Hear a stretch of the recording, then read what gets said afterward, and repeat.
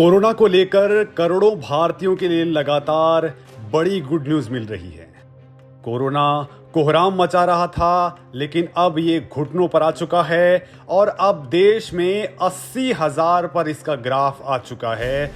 पिछले 24 घंटों की अगर हम बात करें दोस्तों, तो 80,505 नए केसेस देखने को मिले। तो इसमें बड़ी अच्छी खबर ये आई कि 1,32,534 लोग ठीक भी हो गए। मतलब इलाज करा रहे लोगों की तादाद में 55,000 की गिरावट आई है और अब देश में केवल 10,21,000 लोग ही इलाज करा रहे हैं। यानी ये भारत के लिए सबसे बेहतरीन खबर है। दोस्तों, ये आंकड़ा 25 मई के आसपास 26 लाख के पार था, जिसमें पिछले 15 दिनों में बहुत तगड़ी गिरावट देखने को मिली है। यानी एक्टिव केसेस का यही ट्रेंड अगर रहा तो कुछ ही दिनों में कोरोना बिल्कुल ही धरातल पर आ जाएगा। हालांकि सरकारें फिर भी पूरी तरह से अलर्ट पर हैं और देश के करीब 12 राज्यों में फिलहाल लॉकडाउन जैसी पाबंदियां लगी हुई हैं। तो 20 राज्यों और केंद्र शासित प्रदेशों में आंशिक लॉकडाउन जैसी स्थिति बनी हुई है। अभी की अगर हम बात करें तो दक्षिण के राज्यों में हालात थोड़े से बदतर हैं। तमिलनाडु, कर्नाटक, केरल जैसे राज्य फिलहाल टेंशन दे रहे हैं। हालांकि इस दौरान केंद्रीय स्वास्थ्य मंत्रालय ने कहा है कि देश में अब तक कोरोना वैक्सीन की 25 करोड़ से ज्यादा डोज दी जा चुकी हैं, जिनमें से कोरोना वैक्सीन की 31 लाख से ज्यादा डोज तो पिछले 24 घंटों के अंदर ही लगाई गई हैं। भारत में 20 करोड़ से ज्यादा लोगों को कोरोना की पहली डोज देने का ऐतिहासिक रिकॉर्ड भी भारत ने बना लिया है। गेम चेंजर साबित हुई मोनोक्लोनल एंटीबॉडी। हैदराबाद में 24 घंटे में ठीक हुए 40 मरीज। दोस्तों, कोरोना की रामबाण दवा का पूरी दुनिया इंतजार कर रही थी, तो वो दिन अब पास में आ गया है और बाकायदा हैदराबाद के एशियन इंस्टीट्यूट ऑफ गैस्ट्रोलॉजी में 40 से ज्यादा कोरोना मरीज एक दवा की वजह से ठीक हुए हैं। इन कोरोना मरीजों को मोनोक्लोनल एंटीबॉडी की दवा दी गई। अस्पताल के डायरेक्टर डॉक्टर नागेश्वर रेड्डी ने कहा है कि इस दवा ने मरीजों पर अच्छे असर दिखाए हैं और 24 घंटों के अंदर ही लोग ठीक हुए। दरअसल हैदराबाद के एशियन इंस्टीट्यूट ऑफ गैस्ट्रोलॉजी अपने रिसर्च के माध्यम से ये पता लगाने की कोशिश कर रहा है कि क्या ये उपचार कोरोना के सबसे ज्यादा खतरनाक वेरिएंट डेल्टा के खिलाफ भी प्रभावी है या फिर नहीं। इस पर हॉस्पिटल के डायरेक्टर डॉक्टर रेड्डी ने कहा कि अमेरिका के अध्ययनों से पता चला है कि मोनोक्लोनल एंटीबॉडी की एक डोज वाली दवा कोरोना के ब्रिटिश वेरिएंट, ब्राजीलियन वेरिएंट और साउथ अफ्रीकन वेरिएंट के खिलाफ भी प्रभावी है। किसी ने भी हमारे देश में मौजूद डेल्टा वेरिएंट के खिलाफ इस दवा का परीक्षण नहीं किया है, लिहाजा फिलहाल इस दवा और वायरस पर इसके असर का परीक्षण किया जा रहा है। डॉक्टर रेड्डी ने बताया है कि इस दवा का परीक्षण अब हमारे पास 40 रोगियों में है।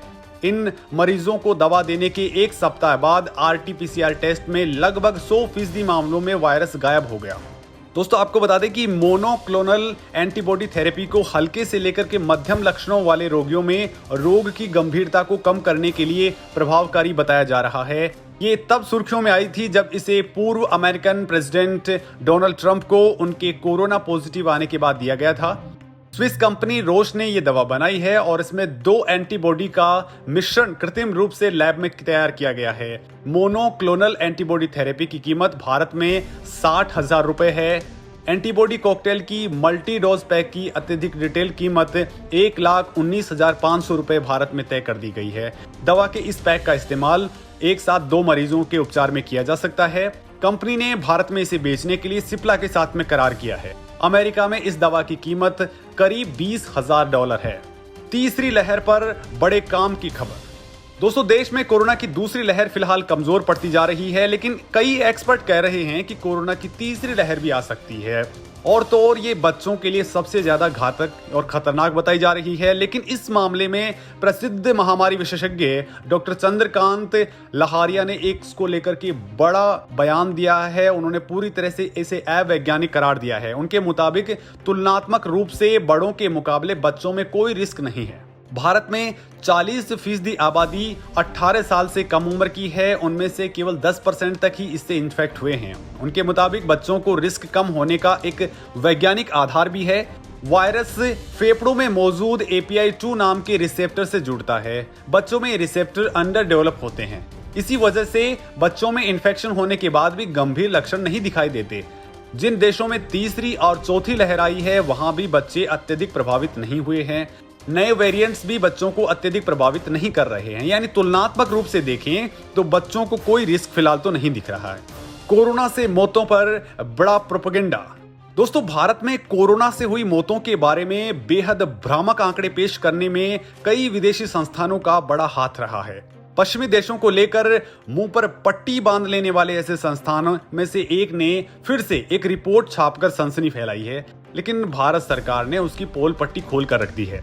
भारत ने द इकोनॉमिस्ट की उस खबर की हवा निकाल दी जिसमें दावा किया गया कि भारत में कोरोना से मरने वालों की तादाद आधिकारिक आंकड़ों से 5 से 7 गुना ज्यादा है, जिस पर सरकार ने कहा है कि ये सभी आंकड़े महामारी विज्ञान संबंधी सबूतों के बिना महज आंकड़ों के आकलन पर आधारित हैं। मंत्रालय ने द इकोनॉमिस्ट की खबर को कयास लगाने वाला और बिना किसी आधार वाला एवं भ्रामक करार दिया है। बयान में कहा गया है कि ये अनुचित विश्लेषण महामारी विज्ञान के सबूतों के बिना केवल आंकड़ों के आकलन पर आधारित है। मंत्रालय ने कहा है कि पत्रिका में जिस अध्ययन का इस्तेमाल मौतों का अनुमान लगाने के लिए किया गया है, वो किसी भी देश या क्षेत्र की मृत्यु दर का पता लगाने के लिए विधिमान्य तरीका नहीं हो सकता है। इसके साथ ही मंत्रालय ने कई कारण गिनाए हैं जिसकी वजह से जिस अध्ययन का इस्तेमाल प्रकाशक ने किया है उस पर विश्वास नहीं किया जा सकता है। मंत्रालय ने कहा है कि वैज्ञानिक डेटाबेस जैसे पबमेड, रिसर्चगेट आदि में इंटरनेट पर इस अनुसंधान पत्र की तलाश की गई, लेकिन यह नहीं मिला। अध्ययन करने के तरीके की जानकारी भी पत्रिका की ओर से उपलब्ध नहीं करवाई गई है। मंत्रालय ने अपने बयान में कहा है कि एक और सबूत दिया गया कि ये अध्ययन तेलंगाना में बीमा दावों के आधार पर किया गया है, लेकिन एक बार फिर समीक्षा की गई कि वैज्ञानिक आंकड़ा ऐसे अध्ययनों को लेकर नहीं है।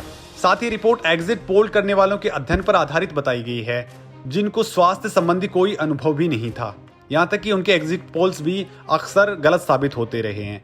यानी जो भी इसमें खबर छापी गई है भारत को लेकर के, वो बेहद भ्रामक है।